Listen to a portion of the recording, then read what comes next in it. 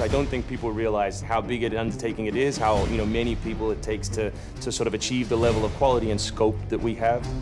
Assassin's Creed 3 is a big-scale game. The amount of things that are produced per day, that are developed per day, it's amazing. The team has grown to be several hundred people in 5 studios around the world, all of them working on really specific elements, so the amount of work is just staggering. In total, it's over 30 hours of gameplay, and we have 2.5 hours of cinematics, which is as much as any major length movie, or even more. We have an amazing team on AC3. Everyone's super passionate about the project. We really all work really hard together as a team, and I think everyone's pushing to ship an amazing game. The feedback we've been getting from fans, from critics, it's just driving everyone even more and more. When we started AC3, we knew it had to be big and ambitious and different. It would be a challenge because so many things Alex wanted to do didn't exist or weren't possible at that time. We took it on us to make it happen. Stuff like the snow for the seasons or the ocean, you just had to create it from scratch. It's very rare in your career that you get an opportunity to try and go for the gold medal, and we really felt like this was our shot at it. A lot of tired people on the floor right now, but a lot of happy, tired people.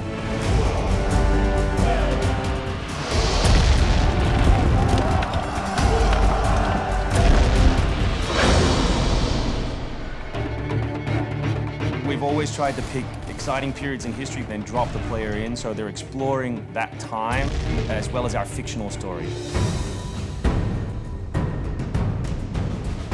Make ready. Present.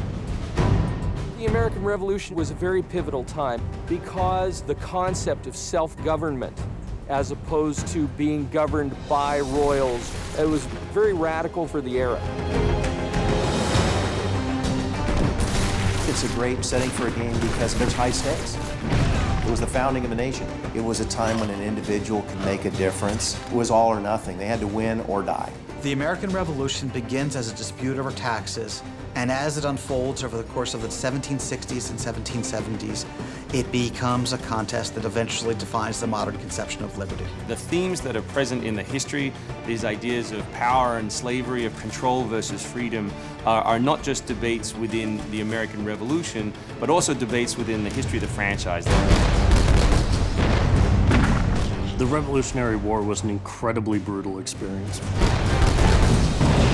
You think about these weapons, muskets and flintlock pistols, they're one-shot weapons, they're very inaccurate. Cannonballs were ripping off limbs. This is something you just don't really hear about in the history books and something we wanted to bring to life in the game. I think that the primary draw of the AC franchise is the fantasy of being an assassin.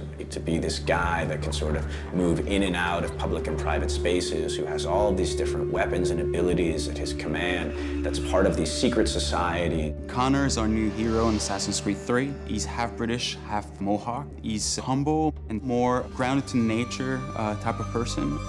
We did a lot of research into Native American culture. We've recorded dialogue in their native language. The main character, Radunhagedum, he is half Ganyagehaga. He speaks Ganyageha. It's not a very book language, it's more oral. My job is to make sure that their intonation is good and their pronunciation is on. Excellent. I loved it. And we've tried very hard to reflect their culture as accurately as possible. His name, Radunhagedum, it refers to a life that is scratched, meaning that he had to struggle to survive. Connor, as a hero, is someone who sees himself as a defender of the people.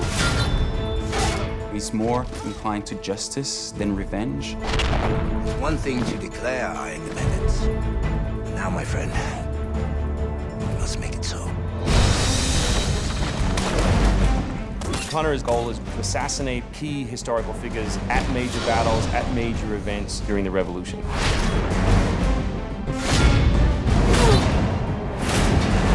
He's a stealth operator. He can come out and viciously make a great kill, then blend right back in.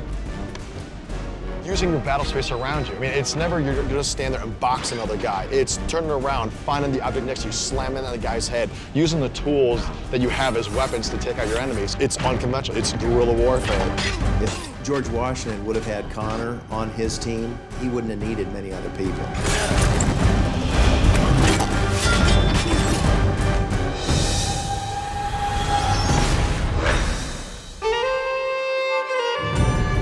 Anvil Next is an engine that gives us the possibility to do things that were not possible to do before. The weather system, the seasons, the formable snow, bigger worlds in general, the ocean. It's the sum of 3 years of improvements that we've built upon.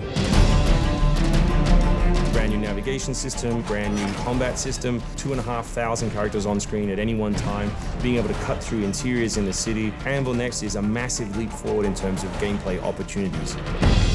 Cliffs, trees, climbable stuff, the water, that was pretty exciting but also very challenging. We've got the frontier as well. We've got two of our major cities, Boston and New York. Once we dug up maps from the period, we tried to match street for street or major avenue for major avenue. We recreated Boston and New York at about 1:3 scale. We set out with crazy ambitions for this game, and with Anvil Next, it brings the experience to a whole new level. The fascinating thing for us is that we can bring history to life. We can actually make it a place that's explorable and vibrant and real. We hope we're offering by far the biggest and best Assassins yet.